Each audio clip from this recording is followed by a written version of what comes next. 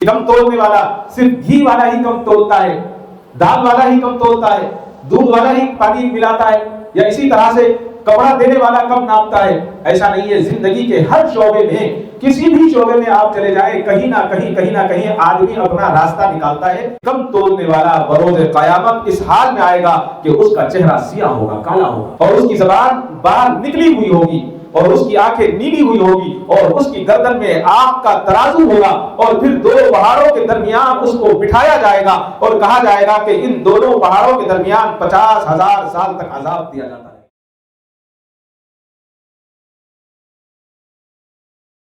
ألا بذكر الله تطمئن القلوب. السلام عليكم ورحمة الله وبركاته. الحمد لله نحمده ونستعينه ونستغفره ونؤمن به ونتوكل عليه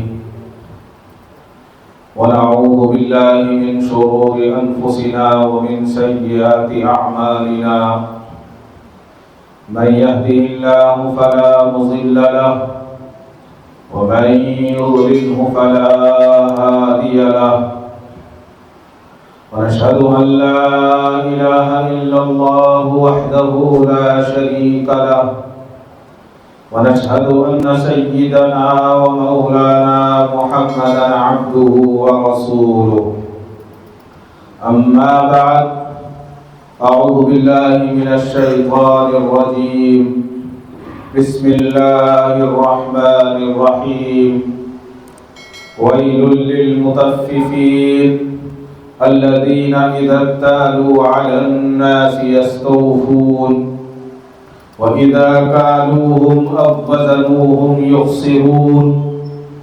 ألا يظن أولئك أنهم مبعوثون ليوم عظيم يوم يقوم الناس لرب العالمين.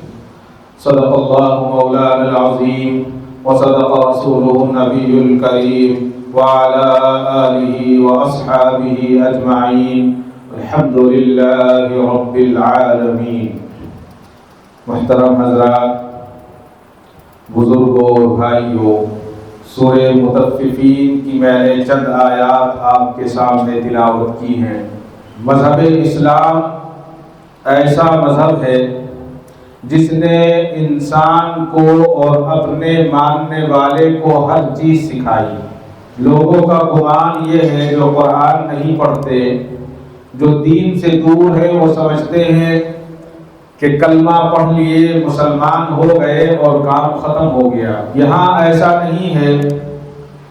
دین اسلام ایک فطرتی دین ہے، اور اس نے جینے سے لے کر مرنے تک اور اس کے بعد آخرت کی زندگی، دنیا کی زندگی اور دنیا میں کس طرح سے دن گزارے جائیں وہ ساری زندگی کے طریقے سکھائے. سونے کا طریقہ، اٹھنے کا طریقہ، حمام جانے کا طریقہ، نہانے کا طریقہ، نماز کا طریقہ، وضو کا طریقہ، غسل کا طریقہ، ہر چیز سکھائی، حتیٰ کہ کھانا کھانے کا طریقہ بھی سکھایا. اب ہم سمجھتے ہیں کہ یہ سارے طریقوں پر اسلام ختم ہو گیا. ایسا نہیں ہے. انسان کی روزانہ کی جو زندگی ہے، ضروریات زندگی جس کو ہم کہتے ہیں، جس کو تجارت بھی کہا جاتا ہے، خرید و فروخت، یعنی انسان کی زندگی کا ایک اہم حصہ ہے. صبح اٹھتے ہی وہ خرید و فروخت میں لگ جاتا ہے. صبح اٹھے گا، کبھی صابن خریدے گا، کبھی پیسٹ خریدے گا، کبھی کوئی اور چیز خریدے گا، پھر تھوڑا دن چڑھے گا تو دودھ خریدے گا، پھر شکر خریدے گا، پھر اور دن چڑھا تو دال خریدے گا، سبزی خریدے گا، گوشت خریدے گا، چاول خریدے گا. ان ساری چیزوں کو خریدنے کا، بیچنے کا طریقہ اسلام نے سکھایا. اور اسی طریقے کو اللہ تعالیٰ نے اس آیت کے اندر تفصیل کے ساتھ بیان فرمایا ہے، جس میں خاص طور سے کم تولنے والوں کی خرابی کے تعلق سے فرمایا کہ وہ لوگ جو کم تولتے ہیں اور جب لیتے ہیں تو پورا لیتے ہیں، لیکن جب دیتے ہیں تو کم دیتے ہیں. اس آیت کے اندر بتایا گیا کہ کہ ان لوگوں کو گمان نہیں ہے، کیا ان کو پتہ نہیں ہے کہ ایک عظمت والا دن جو قیامت کا دن ہوگا، جس دن اللہ تبارک و تعالیٰ کے سامنے ہم کھڑے ہوں گے، اس عظمت والے دن، اس دن حساب لیا جائے گا کس نے کم تولا تھا، کس نے کم ناپا تھا، اور کس نے کس کے ساتھ دھوکہ دھڑی کی۔ آدمی یہ سمجھتا ہے کہ نماز پڑھ لی، دین مکمل ہو گیا، نماز میرے اپنے لیے ہے، نماز ہم پڑھتے ہیں ہمارے لیے ہے، نماز دوسروں کے لیے نہیں ہے۔ ہاں، تجارت دوسروں کے لیے ہے۔ ہم جس کے ساتھ تجارت کر رہے ہیں، اگر اس کے ساتھ ہم نے دھوکہ کیا، ہم نے اس کو کم تولا، ہم نے اس کو غلط چیز دے کر پیسے کسی اور سامان کے لیے سامان کچھ دوسرا دیا، تو کل قیامت کے دن اس چیز کا حساب دینا ہوگا۔ اسی کے تعلق سے اللہ تبارک و تعالیٰ نے اس قرآن کریم کی آیات میں ارشاد فرمایا ہے، اور آگے یہ کہا ہے کہ محنت و مشقت سے کمائی ہوئی پونجی کو ڈنڈی نہ مارے، یعنی کم نہ تولے، اور پھر فرمایا کہ امانت اور دیانت کا خون نہ کرے۔ یہ کتنے سخت جملے ہیں قرآن کریم کے، اللہ تبارک و تعالیٰ کا کتنا سخت حکم ہے، اور فرمایا قرآن اور اسلام اس کی کسی طرح سے اجازت نہیں دیتا کہ کسی کے ساتھ دھوکہ کیا جائے، کسی کے ساتھ دغا کی جائے، کسی کے ساتھ جو ہے پردہ پوشی کی جائے، اس کو دکھایا کچھ گیا، دے کچھ دیا گیا۔ ہر چیز میں چل رہا ہے آج کل۔ ابھی اسی ہفتے 2 واقعات میرے سامنے آئے، آنکھیں کھلی کی کھلی رہ گئی۔ بنگلور کے بہت اچھے گھرانے کے آدمی، بہت نیک لوگ، ان کے یہاں کچھ مسئلہ ہو گیا تھا۔ مسئلہ کیا تھا کہ ان کے بھائی کا مسئلہ تھا، ایک صاحب ہیں سادات گھرانے سے، ان کے بھائی کی طلاق ہو گئی، تو انہوں نے سوچا کہ کسی ایسی جگہ نکاح کر لیا جائے جو نیک لوگ ہوں، شریف لوگ ہوں۔ تو انہوں نے کسی کو کہا، تو مداوت جو ہوتے ہیں شادی لگانے والے، رشتے لگانے والے، انہوں نے ایک رشتہ لگایا۔ رشتہ کہاں لگایا؟ حیدرآباد لگایا، بنگلور سے۔ تو وہ لوگ خوشی خوشی وہاں جانے سے پہلے انہوں نے ان کو 5 لاکھ روپے ان کو ٹرانسفر کیے، کہنے لگے کہ یہ ہمارے جو مہمان آئیں گے ان کے ولیمے کا نظم آپ کر دیں، اور 100-150 آدمی ہوں گے، اور آپ کے آدمی بھی اسی میں شریک رہیں گے۔ 5 لاکھ روپے ٹرانسفر کیے، اس کے بعد کپڑوں کے لیے الگ ٹرانسفر کیے۔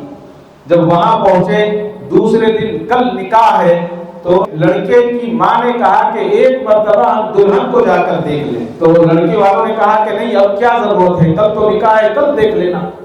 انہوں نے کہا کہ نہیں، لڑکے کی ماں کی خواہش ہے، وہ دیکھنا چاہتی ہے۔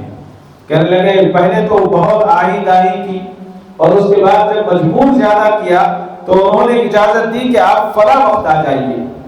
تو یہ فلاں وقت ان کے گھر گئے تو دیکھا جو لڑکی فوٹو میں دکھائی تھی وہ لڑکی نہیں، کوئی اور لڑکی ہے۔ کس قدر دھوکے بازی ہے! یہ لوگ 10-15 آدمی یہاں سے جہاز سے گئے ہیں، کام چھوڑا، خرچ کیا، اور اپنے ولیمے کا انتظام کے پیسے بھی دیے۔ یہ تو اچھا ہوا تھا جب تک نکاح نہیں ہوا تھا، نکاح سے پہلے دیکھا، دیکھتے ہی انہوں نے کہا یہ بچی تو وہ نہیں ہے جس سے آپ نے بات کرائی تھی اور جس کی شکل آپ نے فوٹو میں دکھائی تھی۔ انہوں نے کہا کہ بس اس وقت بچی نہیں تھی، اس سے ملتی جلتی بچی ہے۔ اللہ اکبر! کس قدر انسان گر گیا ہے، دھوکہ دینے میں کس قدر ہے۔ اگر وہ لوگ خاموشی کے ساتھ انہیں پتہ نہ ہوتا ہو تو اللہ نے ان کو بچایا، اللہ نے بچا لیا۔ اس طرح کے 1-2 نہیں، سینکڑوں واقعات ہیں۔ ایک صاحب نے اور بتایا، وہ کہیں سعودیہ میں یا کہیں باہر رہتے تھے، انہوں نے اپنے ایک رشتہ دار کو فون کیا کہ فلاں لے آؤٹ میں فلاں جگہ باقی ہے، وہاں وہ لے آؤٹ میں وہ جگہ آپ مجھے دلوا دیں۔ وہ بھی اسی ہفتے کا واقعہ ہے۔ اس نے کہا کہ ٹھیک ہے، میں بات کر لیتا ہوں۔ بات کر لی، پیسہ انہوں نے ٹرانسفر کر لیا، اور انہوں نے رجسٹریشن بھی کر دیا اس کا، جو طریقہ ہوگا اس کا۔ وہ 1 سال کے بعد آئے، اور 1 سال کے بعد انہوں نے کہا کہ میں جگہ دیکھنا چاہتا ہوں جو میں نے جگہ لی ہے۔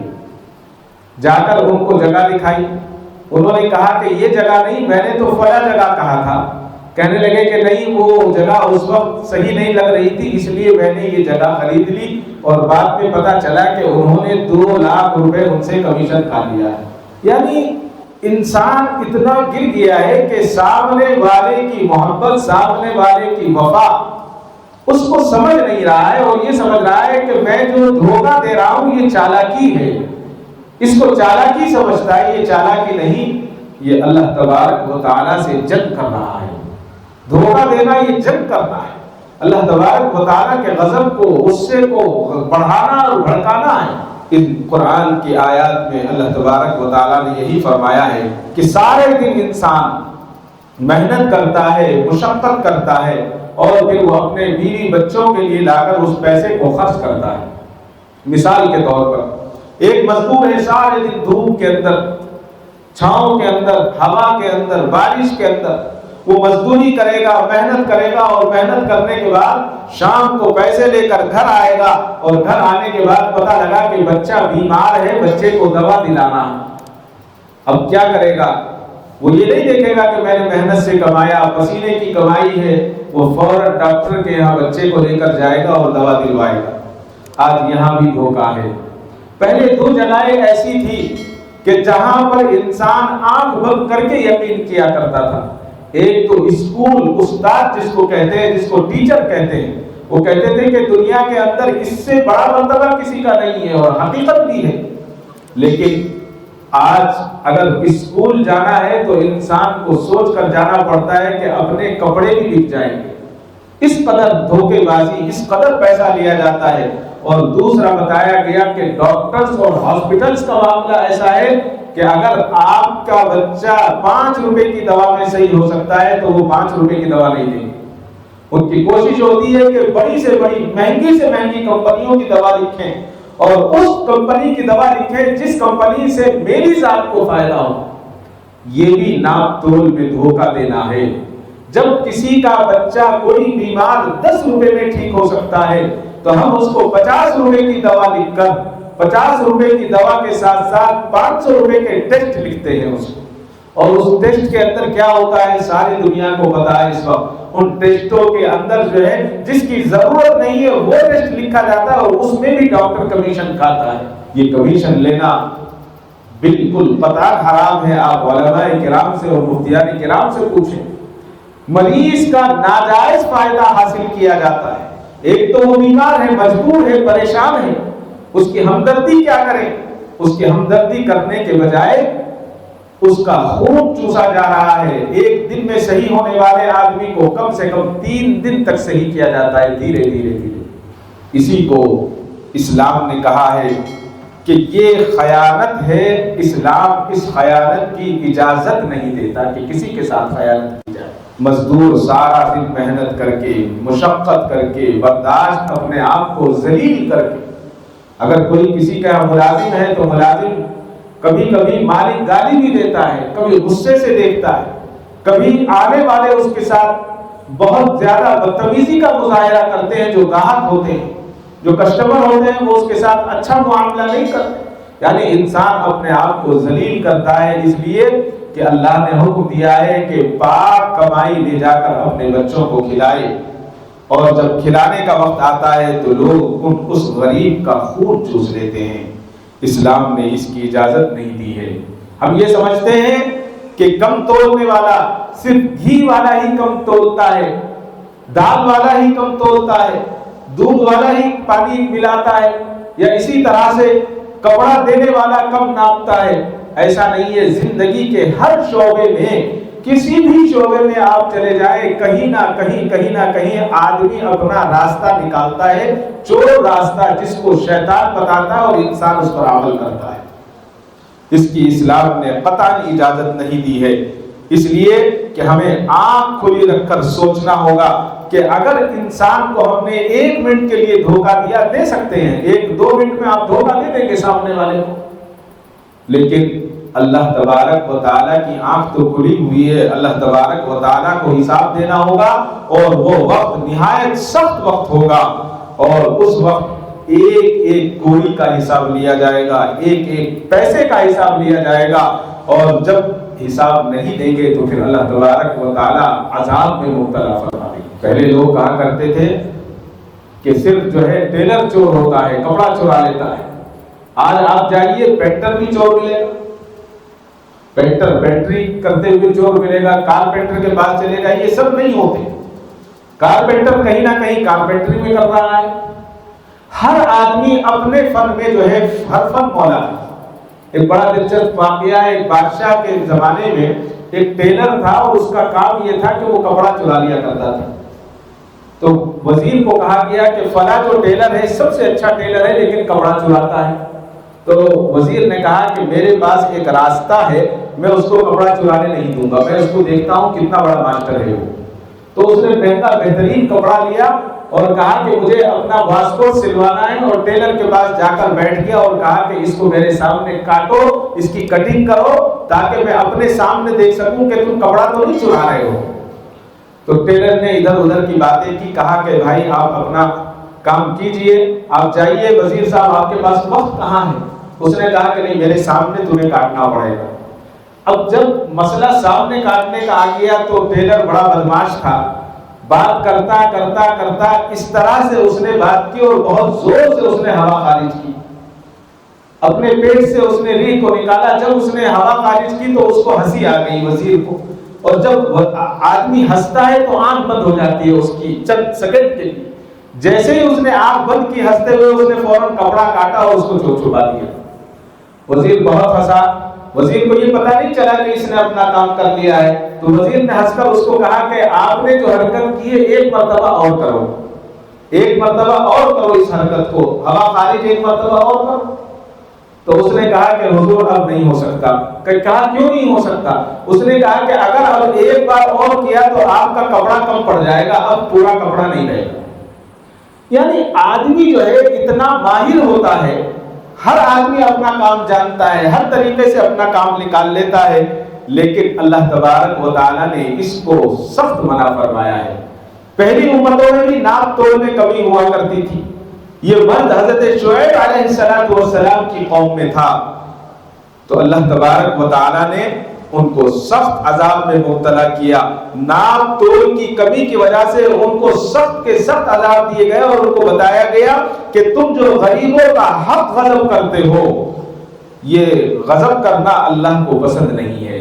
اس کے تعلق سے بتایا گیا کم توڑتا ہے تو اللہ تبارک و تعالیٰ 5 عذاب میں اس کو مبتلا فرماتے ہیں، 5 چیزوں کی.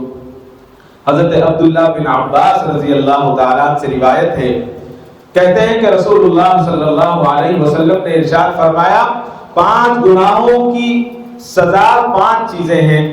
پہلا بتایا جو لوگ وعدہ خلافی کرتے ہیں اللہ تعالیٰ اس پر دشمن کو مسلط کر دیتے ہیں. آج میرا اور آپ کا معاملہ یہ ہے کہ ہم وعدہ خلافی کرتے ہیں اور کتنی کرتے ہیں. ایک بار وعدہ خلافی کریں گے اور اس کو وعدہ خلافی سمجھتے بھی نہیں. اور پھر فرمایا دوسرا جو لوگ اللہ کے قانون کو چھوڑ کر دوسرے قوانین کا فیصلہ کرتے ہیں اللہ تعالیٰ ان کو فخر و فاخر میں مبتلا کر دیتے ہیں. آج ہمارا پوری دنیا کا یہی حال ہے، ہم دیکھ رہے ہیں اپنے آپ کو. اور تیسرا فرمایا جس قوم میں سود کا رواج ہو جاتا ہے اس میں موت کی کثرت ہوتی ہے. آج موت کی کثرتیں، جوان بچے 25 سال 30 سال 20 سال کے بچے، کبھی تو کوئی پھانسی لے رہا ہے. ابھی پچھلے ہفتے ایک بچے نے پھانسی لی ہمارے محل میں قرض کی وجہ سے. اللہ حفاظت فرمائے سب. تیسرا بتایا کہ جو سود کا جس میں رواج ہو جاتا ہے اس میں کثرت کی موت ہو جاتی ہے. اور چوتھا بتایا جو قوم ناپ توڑ میں کمی کرتی ہے اللہ تعالیٰ اس کو قحط میں مبتلا کر دیتے ہیں، رزق میں کمی ہو جاتی ہے، قحط میں مبتلا فرماتے ہیں. اور پھر فرمایا جو لوگ زکوٰۃ ادا نہیں کرتے ان پر اللہ تبارک و تعالیٰ بارش کو روک لیتے ہیں. آج یہ ساری کی ساری چیزیں ہم روزانہ اپنے ماحول میں دیکھ رہے ہیں اور اپنے زمانے میں دیکھ رہے ہیں کہ یہ ساری چیزیں ہمارے سامنے آج ہو رہی ہیں. کم تولنے اور ڈنڈی مارنے والے کے تعلق کی جو سزا ہے اللہ کے نبی صلی اللہ علیہ وسلم نے بڑا سخت فرمان فرمایا ہے. سرکار مدینہ صلی اللہ علیہ وسلم نے ارشاد فرمایا جہنم میں ایک وادی ہے جس کی گرمی سے خود جہنم دن میں 5 مرتبہ پناہ مانگتا ہے، 5 مرتبہ پناہ مانگتا ہے. اور فرمایا کہ اگر اس میں پہاڑ ڈال دیے جائیں تو اس کی گرمی کی وجہ سے پہاڑ پگھل جائے.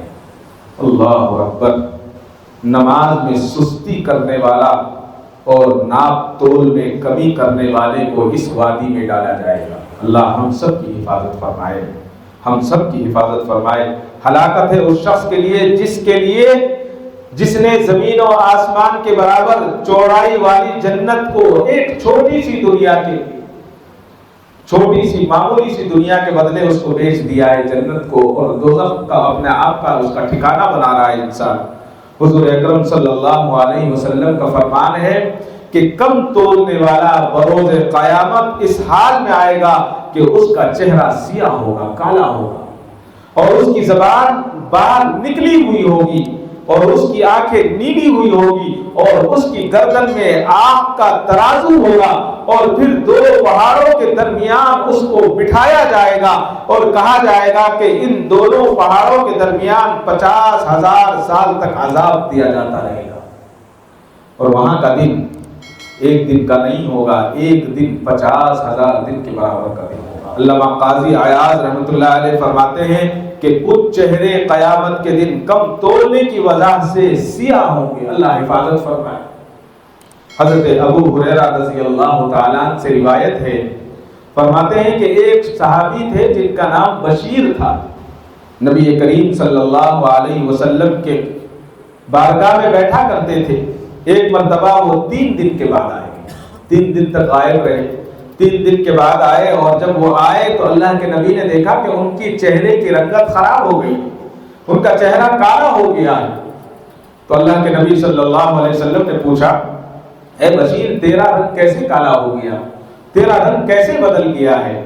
تو ان صحابی نے کہا کہ یا رسول اللہ میں نے ایک اونٹ خریدا تھا اور وہ اونٹ مجھ سے بھاگ گیا، کھو گیا۔ اس اونٹ کو تلاش کرنے کے لیے 3 دن تک میں بھٹکتا رہا، نہ کھانے کا پتہ تھا نہ پینے کا پتہ تھا، دھوپ بہت زیادہ تھی، دھوپ کے اندر اس کو تلاش کرتا رہا، اس تلاش میں میرا یہ حال ہو گیا ہے، 3 دن میں میرا رنگ بدل گیا ہے۔ اللہ کے نبی صلی اللہ علیہ وسلم نے فرمایا، اے بشیر آج 3 دن تک اونٹ تلاش کرنے کی وجہ سے تیرا یہ حال ہو گیا ہے، تو اس دن کا تیرا کیا حال ہوگا جس کی مقدار 50,000 سال ہے، اور اس دن سب لوگ اللہ تبارک و تعالیٰ کے دربار میں کھڑے ہوں گے اور حساب دے رہے ہوں گے۔ اس دن کا کون ذمہ دار ہوگا؟ صرف 3 دن میں انسان کی حالت ہو جاتی ہے، 50,000 سال کا جو دن ہوگا قیامت کا دن، اس دن کے اندر کیا حال ہوگا جو وہاں حساب دینا ہوگا۔ آج میں اور آپ اس حدیث کو سوچیں اور جانیں اور سمجھیں۔ آج ہم یہ سمجھتے ہیں کہ صرف ترازو میں تول کر دینے والا ہی کم تولنے والا ہے، ایسا نہیں ہے۔ جیسا کہ میں نے ابھی ایک ٹیلر کی مثال آپ کے سامنے پیش کی، اسی طرح سے ماسٹر کی مثال بھی ہے۔ اگر ماسٹر اپنے پڑھانے کے لیے 5 منٹ دیر سے جا رہا ہے اور 5 منٹ پہلے آ رہا ہے تو وہ بھی ناپ اور تول میں شامل ہوگا، اس کا بھی حساب لیا جائے گا۔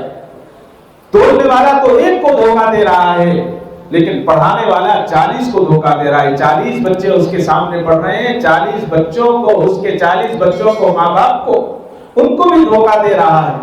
اسی طرح سے گورنمنٹ جاب کرنے والے، آج کل بہت سارے لوگ ایسے ہیں گورنمنٹ جاب کرنے والے، خاص طور سے ماسٹرز کا معاملہ بہت زیادہ ہے، اور ہم اس کو دین نہیں سمجھتے، ہم اس کو دین کا حصہ نہیں سمجھتے۔ لوگ جاتے ہیں اور جا کر اسکول میں سائن کر کے اپنے گھر کو نکل جاتے ہیں، یہ بھی دھوکے میں شامل ہے۔ یہ بھی جو کمائی، یہ حلال کمائی نہیں ہوئی، یہ کمائی حرام ہو گئی ہے ہماری۔ اسی طرح سے ایک استاد ہوا، ایک شاگرد ہوا، اسی طرح سے کسی کمپنی میں میں کام کر رہا ہوں، اگر کمپنی میں کام کرتے ہوئے میں جتنے مجھے گھنٹے نوکری کرنی ہے، اس نوکری میں اگر میں 10 پیس بنا سکتا ہوں اور 9 پیس بنا رہا ہوں تو یہ بھی دھوکہ ہے اور یہ بھی کم تولنے میں شامل ہے۔ اس لیے کہ 10 پیس میں بنا سکتا تھا، 9 پیس میں نے بنائے تو 1 پیس کا حساب دینا ہوگا۔ ہمارے اکابرین کی زندگی ہم اٹھا کر دیکھیں، اندازہ ہو جائے گا، یقین نہیں آتا کہ انہوں نے کیسے زندگیاں گزاری، لیکن ان کی زندگی اتنی شاندار زندگی تھی کہ آج دنیا ان کو یاد رکھتی ہے۔ حضرت مولانا حسین احمد مدنی رحمۃ اللہ علیہ دارالعلوم دیوبند کے استاد تھے۔ آزادی کی لڑائی چل رہی ہے، حضرت کبھی اس جلسے میں جاتے، کبھی اس جلسے میں جاتے، اکثر سفر میں رہتے۔ حضرت کے تعلق سے لکھا ہے، حضرت فرماتے کہ آدھی جیل ریل میں، آدھی جیل جیل میں۔ حضرت نے ساری زندگی ایسے گزاری، اور جب حضرت کو تنخواہ ملتی تھی تو حضرت وہیں حساب لگا کر کے اتنے دن غیر حاضری رہی، یہ پیسے آپ کو دے دیں، یہ پیسے فلاں کے، یہ فلاں کے۔ جب گھر پہنچتے تو پتہ لگا کہ کبھی 10 پیسے ہاتھ میں ہیں، کبھی 4 آنے ہاتھ میں، لیکن اللہ نے ان کو بھوکا نہیں رکھا۔ اللہ نے ان کے نام کو ایسا بلند کیا کہ آج ساری دنیا عزت سے نام لیتی۔ یہ ساری چیزیں نام اور تول میں شامل ہیں۔ اگر استاد کم وقت آ رہا ہے یا وقت پر نہیں پڑھا رہا ہے، فیکٹری جانے والا یا کوئی اور مزدوری کرنے والا کام نہیں کر رہا ہے، تو یہ بھی نام تول میں شامل ہے، ہمیں اس کا بھی خیال رکھنا ہوگا۔ حضرت مالک بن دینار رحمۃ اللہ علیہ فرماتے ہیں کہ میں نے اپنے ایک پڑوسی کے انتقال کا وقت قریب آیا تو لوگوں نے کہا کہ اس پر سختی ہو رہی ہے، آپ چلے جائیں۔ اب ہمارا معمول ہے کہ جہاں ہمیں اندازہ ہوتا ہے کہ کسی پر موت کی سختی ہو رہی ہے تو جا کر یاسین پڑھتے ہیں ہم لوگ تاکہ سختی آسان ہو جائے۔ حضرت مالک بن دینار فرماتے ہیں کہ میں اس کے پاس گیا، جب اس کے پاس گیا تو اس نے کہا کہ مالک بن دینار تم آ گئے ہو، میرے سامنے دو پہاڑ آگ کے مجھے نظر آ رہے ہیں، مجھے آگ کے پہاڑ نظر آ رہے ہیں اور مجھ سے کہا جا رہا ہے کہ تم ان پہاڑوں پر چڑھو۔ تو مالک بن دینار میں آگ کے پہاڑ پر کیسے چڑھ سکتا ہوں؟ آگ کے پہاڑ پر تو کوئی نہیں چڑھتا، آپ میرے لیے کچھ کیجئے، میرے لیے اس پر چڑھنا دشوار ہے۔ اس کے بعد اس کا انتقال ہو گیا۔ حضرت مالک بن دینار رحمۃ اللہ علیہ نے ان کے گھر والوں سے پوچھا کہ بھائی اللہ نے مرنے سے پہلے اس کو اتنا سخت معاملہ فرمایا اور آگ کے پہاڑ اس کو دکھا دیے اور یہ اس پر ڈر بھی رہا ہے، چلا بھی رہا ہے، موت کا بہت سختی کے ساتھ موت کا معاملہ تھا، یہ کیا کام کرتا تھا؟ تو گھر والوں نے کہا کہ حضرت اس کا معاملہ بڑا خراب تھا، یہ ایک غلہ بیچنے والا تھا، اس زمانے میں جو گیہوں چاول تھے وہ بیچنے والا تھا۔ اور پھر اس نے کہا ان کے گھر والوں نے کہ اس کا معاملہ کچھ الگ تھا، جب اس کے پاس 2 سیر بنے ہوئے تھے، جو ناپ کا اس وقت پیمانہ تھا، ترازو نہیں تھے، ناپ کر لینے والا سیر جو ہوتا ہے، تو انہوں نے بتایا اس کے پاس 2 سیر تھے، ایک سیر بڑا تھا ایک سیر چھوٹا تھا۔ جب یہ سامنے والے سے سامان لیتا تو بڑے سیر کو لے جاتا اور بڑے سیر سے ناپ کر سامان لے کر آتا، اور جب اپنا سامان بیچتا تو چھوٹے سیر سے ناپ کر دیا کرتا تھا۔